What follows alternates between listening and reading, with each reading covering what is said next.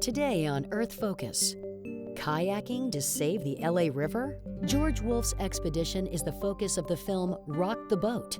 Does he succeed? Coming up on Earth Focus.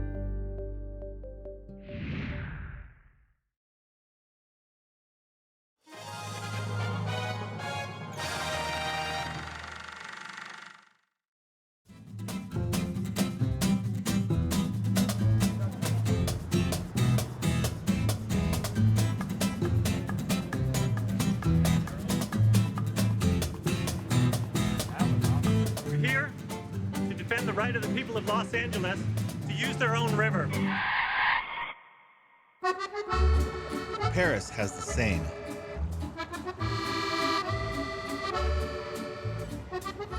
London has the Thames. Los Angeles has the LA River.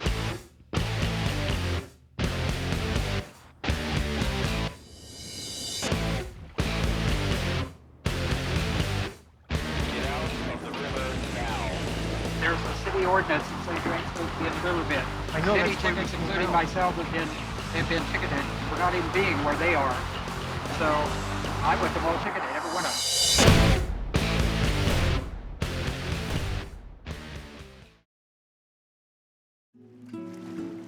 them. You rang?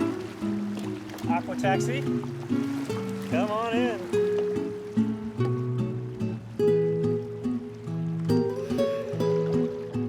Having come from the East Coast, where I learned canoeing, and the Northwest, where I learned kayaking, there was some strange attraction toward the LA River, as kind of demented as I know that sounds.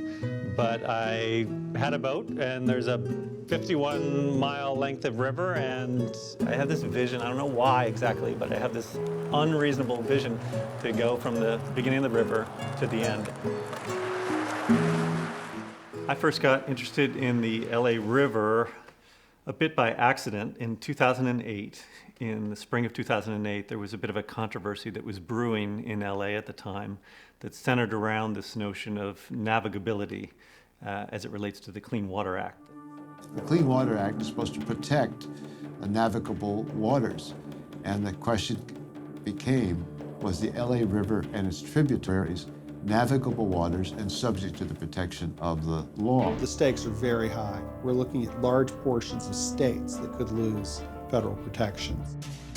In 2006, the Supreme Court, in a split decision, said that for a water of the U.S. to be protected under the Clean Water Act, it had to be navigable. But they didn't specify what navigable means. Should it be a tugboat? Should it be a little paper boat? They didn't specify, so it left it up to the enforcement agencies. So in 2008, the Army Corps of Engineers did a study of whether the LA River was going to be navigable in fact or not. So this created a huge uproar in the environmental community in the country because everybody realized that this was going to be a landmark decision, and it was going to impact the future of all the rivers and all the waters in the United States. At the same time, George Wolfe was planning to do this kind of tongue-in-cheek trip down the entire length of the LA River. So he became a kind of pivotal question mark on whether this could be decided on a technicality, essentially. If he could prove that the river is navigable, that was all that it was going to take. But it was a kind of absurd shot in the dark.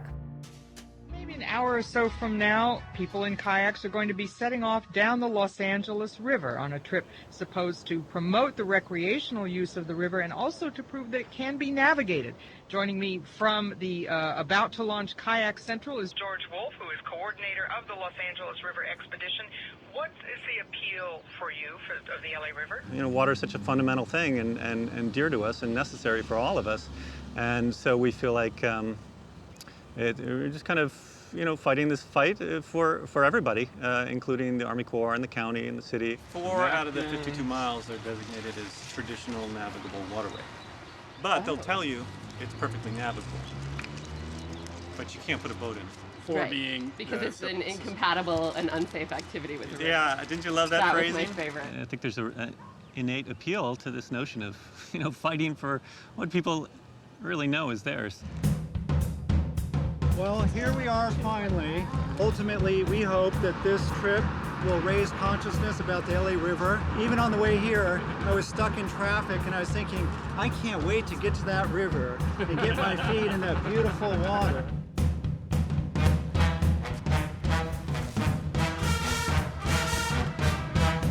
On your marks, get set, go!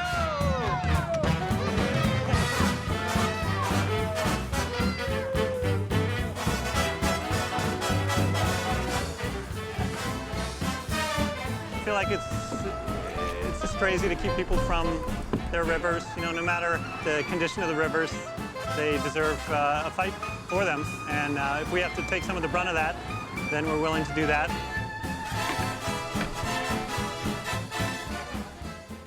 Personally, what I'd like to see in the future with the LA River is, first of all, a river where people are engaged, cleaning up the water, reusing it in smart ways, having it be sustainable for LA so we don't have to keep stealing water from upstate and the Colorado and all these other places where we're notorious for taking our water from. If we can turn the LA River around, there's probably no river in the world that can't be turned around. It would be a fantastic rags to riches story and would set a fantastic precedent for what other people could look to and say, hey, they did this in LA. We have major choices to make, or they're being made for us if we don't participate, which is where are billions and billions of dollars going to be spent to bring us more water? We need water. We need water. California already is struggling with drought emergencies. Is it going to be on building dams below the Sierras to capture more water and send it here? Which most science agrees is not going to work anymore. We're losing the snowpack. Another choice that's on the table is, are we going to build billions of dollars in desal plants? Without water, we die. The way we're headed and the mismanagement of it, the lack of appreciation of it, is setting us up to fight for that resource. I always talk to my students and I give them the example and I ask them, why is a diamond expensive? And, you know, all the time they get it. It's expensive because it's rare. And we're headed that way, where water is rare and only those who can afford it will be able to access it. We had a single purpose in mind when we built this project, and that was to move the water as quickly as we could to the ocean. We have a need for this water, and what do? We water the Pacific Ocean with it. Get this, in 1 inch of rainfall, Los Angeles throws away, sheds 7.6 billion gallons of water every time it rains an inch.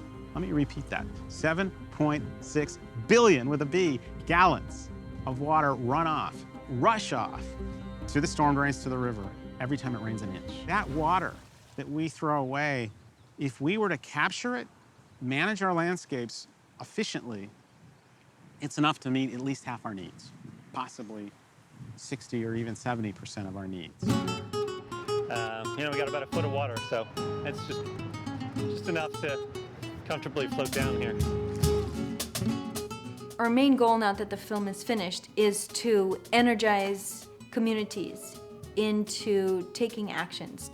In 1938, there was no sort of oversight to say, how can we solve the water runoff, but also keep the steelhead in the river? How do we build a channel that can be friendly to people rather than just a conduit for runoff? So now we have a multi-million dollar challenge to try and revitalize and restore this river.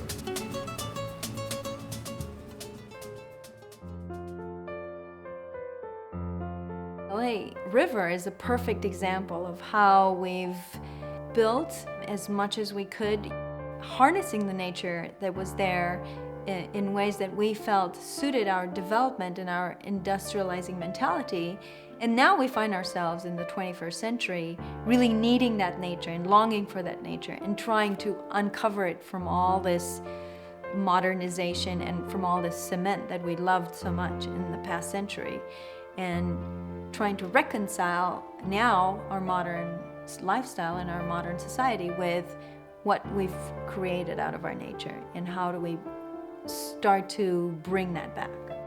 Whether the different agencies and people involved can pull that off is yet to be seen, but there's a lot of inertia in the LA community now about being able to make good on these promises. the Army Corps got paid a lot to put in all that concrete. Maybe they'll make a business out of restoring the river partly to its former form. Awesome. Really awesome. Oh my God. We started in Coconut. Ooh, I can't speak anymore. Canoga Park.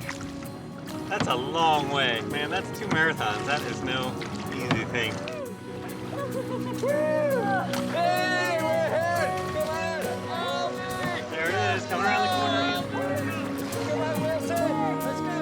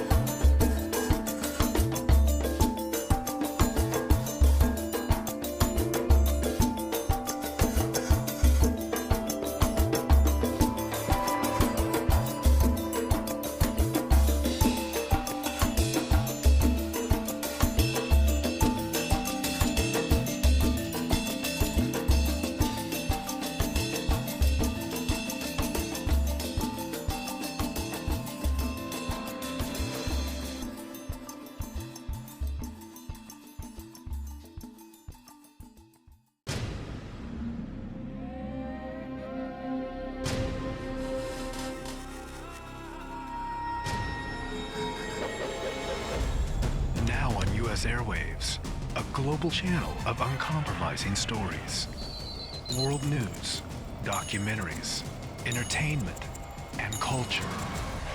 Link TV, connecting you to the world. For more information, visit linktv.org.